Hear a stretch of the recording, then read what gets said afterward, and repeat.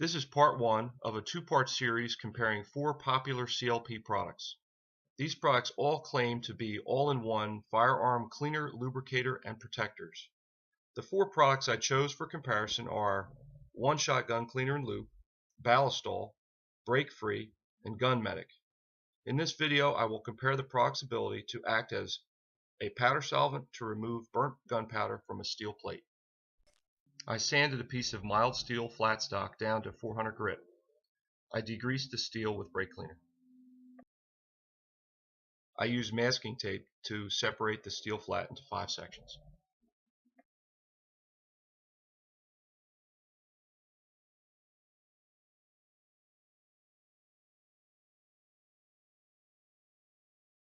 I am using Hoppy's No. 9 powder solvent in the center section. This will serve as my control. This way I can compare how the CLPs do against each other and how they stack up to a traditional dedicated powder solvent. I measured out the same amount of tight group powder in each section. I realized that burning powder on a mild steel plate is not exactly the same as the fouling that occurs in a gun barrel. However, I think it is a simple and repeatable test that anybody can try. Besides, burning gunpowder never gets old. Look out! Watch out! Oh, I flinched.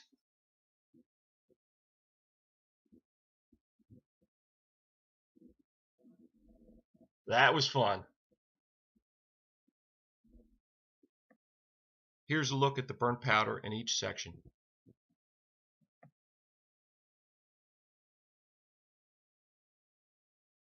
To simulate a bore brush, I used a bronze brush. I cleaned the brush with brake cleaner before each use to eliminate cross-contamination of the CLPs.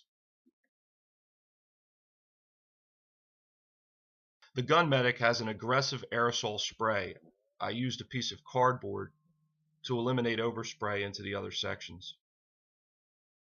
I let the Gun Medic soak 30 seconds before brushing and wiping with a clean patch. The Gun Medic did have some success as a solvent. I noticed that it removed my Sharpie marker writing on the masking tape. I followed the same procedure with the One-Shot.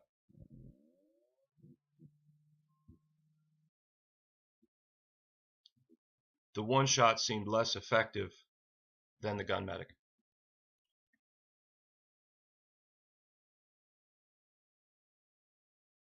For the Break Free, No. 9, and Ballistol, I applied a pool of product and let it soak for 5 minutes. The Break Free did not seem to have any powder solvent properties.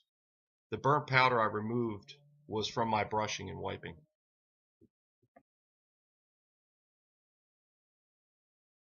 The next section I brushed and wiped was the Ballistol.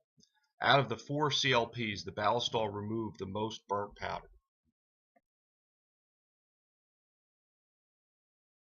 And finally, I brushed and wiped the No. 9 section.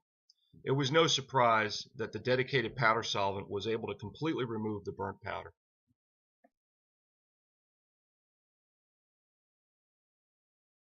Here are some close-up photos of each section after cleaning.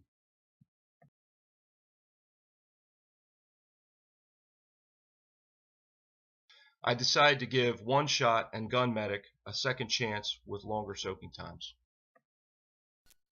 I reapplied the Gun Medic and the One-Shot to their respective sections. This time I let the chemicals soak for 5 minutes. I used a new patch to see how much additional burnt powder the products could remove from their section. I was able to remove more residue on each section, but the sections were still not as clean as the Ballistol and No. 9 sections. I also gave Break Free a second soak. I applied a very liberal amount of Break Free and let it soak for 30 minutes.